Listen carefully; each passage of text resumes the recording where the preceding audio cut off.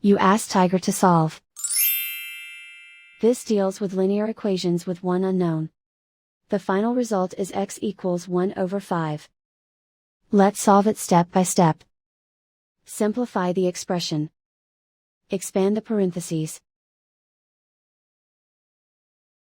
Group like terms. Multiply the coefficients. Simplify the arithmetic. Expand the parentheses. Simplify the arithmetic. Expand the parentheses. Multiply the coefficients. Simplify the arithmetic.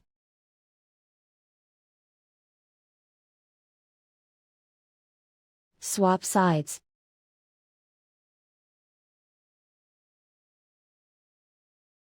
Group all constants on the right side of the equation. Add 15 to both sides.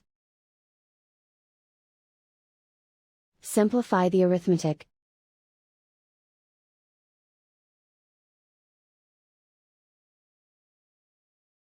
Isolate the x.